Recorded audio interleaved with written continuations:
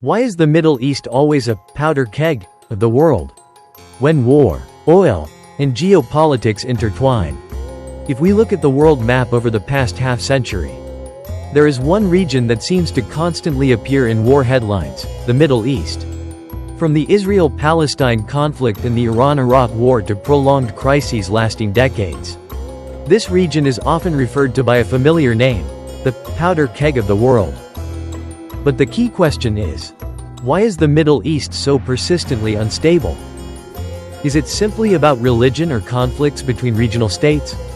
A closer look at history, especially the period from 1967 to the late 1980s, reveals a far more complex picture. Behind these wars lie not only regional conflicts, but also geopolitical calculations by superpowers, competition over energy control, and unresolved historical legacies. The turning point of 1967, when the Middle East map changed in 6 days. One of the biggest turning points in modern Middle Eastern history was the Six-Day War. The war began on June 5, 1967, when Israel launched a preemptive strike against the Air Force of Egypt, then quickly expanded operations against Jordan and Syria. Tensions had already been escalating. Egyptian President Gamal Abdel Nasser demanded the withdrawal of UN peacekeeping forces from the Sinai Peninsula and closed the Strait of Tiran, a crucial maritime route to Israel's port of Eilat. Israel viewed this as a direct threat to its security and trade. Within the first hours of the war, Israel destroyed most of Egypt's air force while the planes were still on the ground. This gave Israel overwhelming military superiority.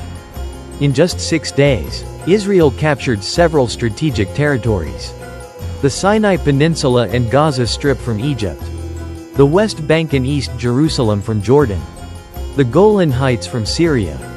As a result, the territory under Israeli control expanded several times over in less than a week. But the impact went far beyond territorial changes. The war triggered a deep political and psychological crisis in the Arab world. Many Arab nations saw the defeat as a major humiliation, fueling nationalism and a strong desire for revenge. It was also from this point that the Palestinian issue became one of the most prolonged and complex conflicts in international politics. Land for peace, a logical idea that was hard to implement. After the war, the international community sought a diplomatic solution. In 1967, the United Nations adopted UN Security Council Resolution 242, often summarized as "land for peace." The idea was, Israel would withdraw from territories occupied during the war. Arab states would recognize Israel's right to exist and ensure its security. In theory, this was a reasonable solution.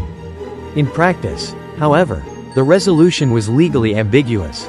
A small but crucial detail caused major controversy. The English version called for withdrawal from territories occupied, not the territories occupied. That missing the led to two very different interpretations. Arab states argued Israel must withdraw from all occupied territories.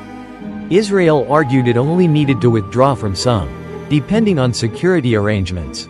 With no enforcement mechanism, the resolution resulted in what many scholars call no war, but no peace. Tensions persisted without escalating into full-scale war. When oil became a weapon, the 1973 energy crisis. In 1973, the Middle East once again became the center of global attention during the Yom Kippur War.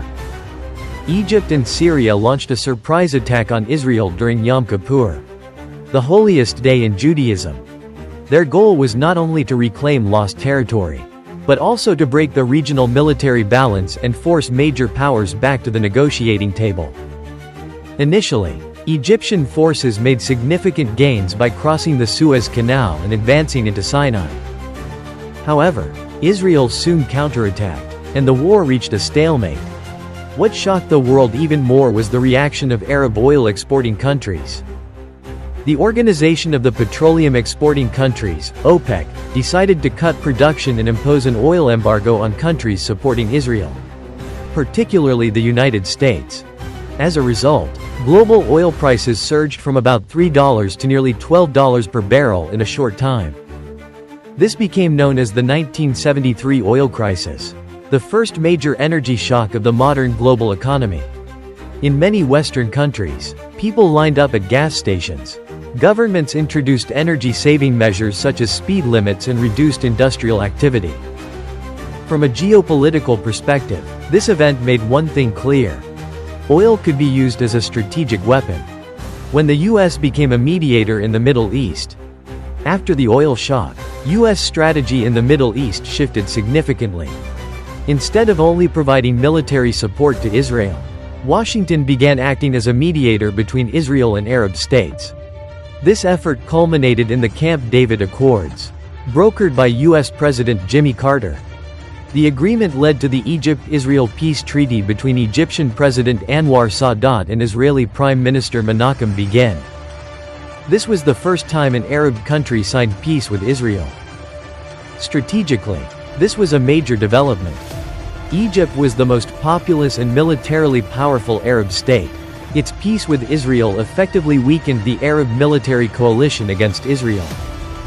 At the same time, Egypt moved away from the Soviet Union and closer to the United States, marking a significant Cold War victory for Washington.